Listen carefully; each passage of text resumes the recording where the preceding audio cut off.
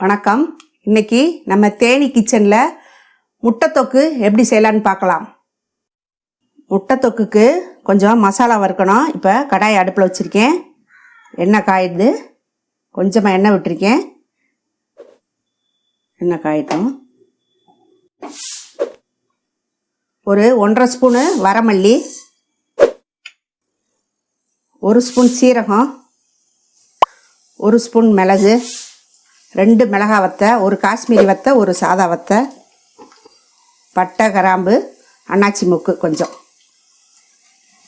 இதை நல்லா ரோஸ்ட் பண்ணிக்கிறணும். இப்போ நம்ம போட்ட பொருளெல்லாம் நல்லா வறுத்துருச்சு, நல்லா வாசம் வருது.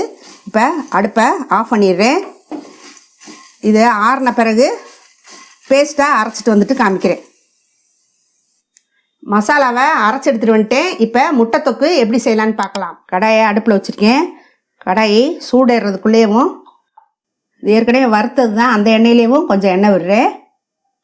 கொஞ்சமாக எண்ணெய் விட்டுருக்கேன்.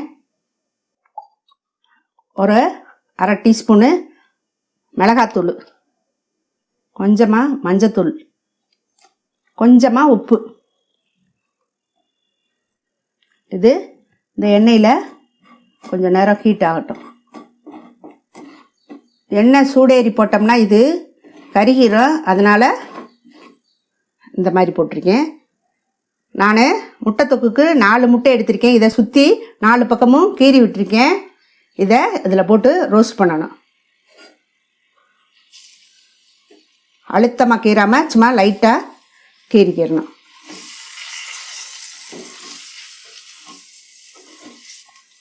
இந்த முட்டை இந்த மசாலாவோட அந்த இது கொஞ்சம் சுருங்கணும். அப்போ தான் உப்பு காரம் அதில் நல்லாவே இறங்கும். அந்த இது நல்லா கொஞ்சமாக லைட்டாக சுருங்க ஆரம்பிக்குது. இதை ஒரு தட்டுக்கு மாற்றிக்கிறேன்.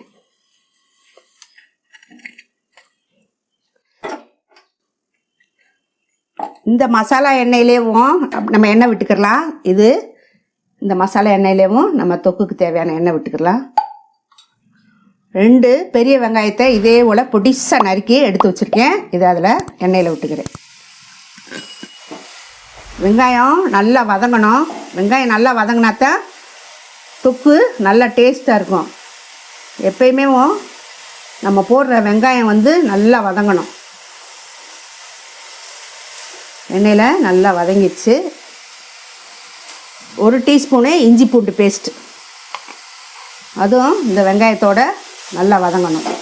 அதோட பச்சை வாசனை போகணும். நம்ம போட்ட இஞ்சி பூண்டு பேஸ்ட்டு பச்சை வடை போயிடுச்சு. நான் சின்னதாக 2 தக்காளி அதை பேஸ்ட் பண்ணி எடுத்து வச்சுருக்கேன். அதை இதில் விடுறேன்.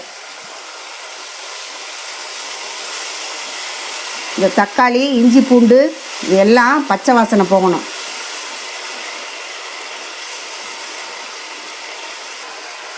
நம்ம போட்ட இஞ்சி பூண்டு, தக்காளி, வெங்காயம் எல்லாம் நல்லா வதங்கி எண்ணெய் பிரிஞ்சு வருது பாருங்கள். இந்த சமயத்தில் நம்ம அரைச்ச மசாலாவை இதில் விட்டுக்கலாம். தண்ணி விட வேணாம். முதல்ல இதை நல்லா இதுலேயே வதங்கட்டும். இந்த வதங்கும் போது கொஞ்சமாக கருவேப்பிலை மல்லித்தலை இதில் போட்டுக்கிறோம். கொஞ்சமாக கருவேப்பிலை மல்லித்தலை இதில் போட்டுட்டு நல்லா ஒரு கிண்டி எடுத்துக்கலாம். அரைச்ச மசாலா இதில் நல்லா வதங்கணும். பச்சை வாடை போகணும். அதனால் நல்லா வதக்கி எடுப்போம். இந்த முட்டை தொக்குக்கு தேவையான அளவு உப்பு இப்போ கொஞ்சம் கலந்துக்கலாம். தேவையான அளவு கொஞ்சமாக கல்லுப்பு போடுறேன்.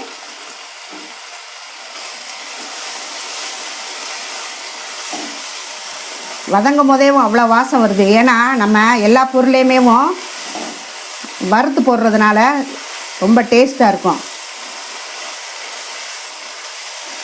நம்ம எப்பயுமே ரெடிமேட் மசாலாவை அதிகமே நம்ம சேர்க்குறதே கிடையாது.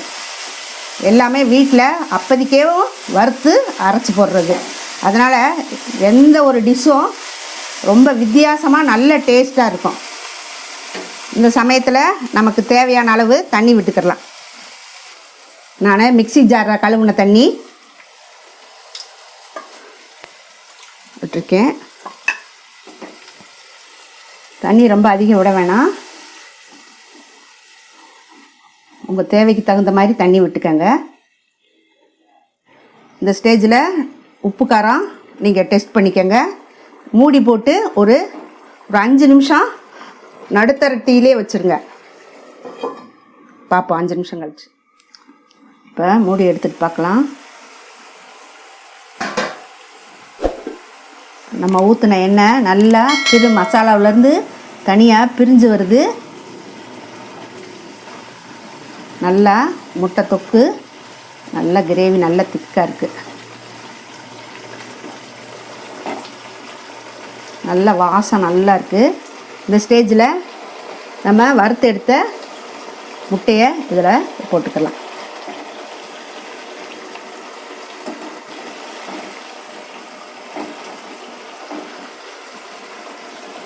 நம்ம 5 நிமிஷம் சிம்லேயே வச்சுருந்ததுனால நல்லா மசாலா பச்சை வாசனை போய் நம்ம ஊற்றின எண்ணெய் நல்லா பிரிஞ்சு வந்துடுச்சு.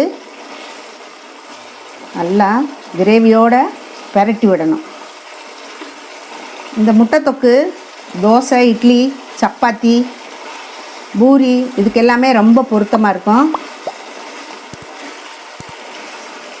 நம்ம சாதத்தோடையும் கலந்து சாப்பிட்லாம். இது வித்தியாசமாக இருக்கும், நம்ம வீட்டிலேயே பவுட்ரு பண்ணதுனால. இப்போ முட்டை கிரேவி ரெடி ஆயிடுச்சு. நான் ஒரு பவுலில் மாற்றி காமிக்கிறேன். அடுப்பு ஆஃப் பண்ணிவிட்டு நம்ம செஞ்ச முட்டை தொக்கு இப்போ ரெடி ஆயிடுச்சு. இதை நீங்கள் உங்கள் வீட்டில் செஞ்சு பாருங்கள். எப்படி இருக்குன்னு கமெண்ட் பண்ணுங்கள், லைக் பண்ணுங்கள், ஷேர் பண்ணுங்கள், சப்ஸ்கிரைப் பண்ணுங்கள். நாளை மீண்டும் ஒரு வீடியோவில் சந்திப்போம். நன்றி.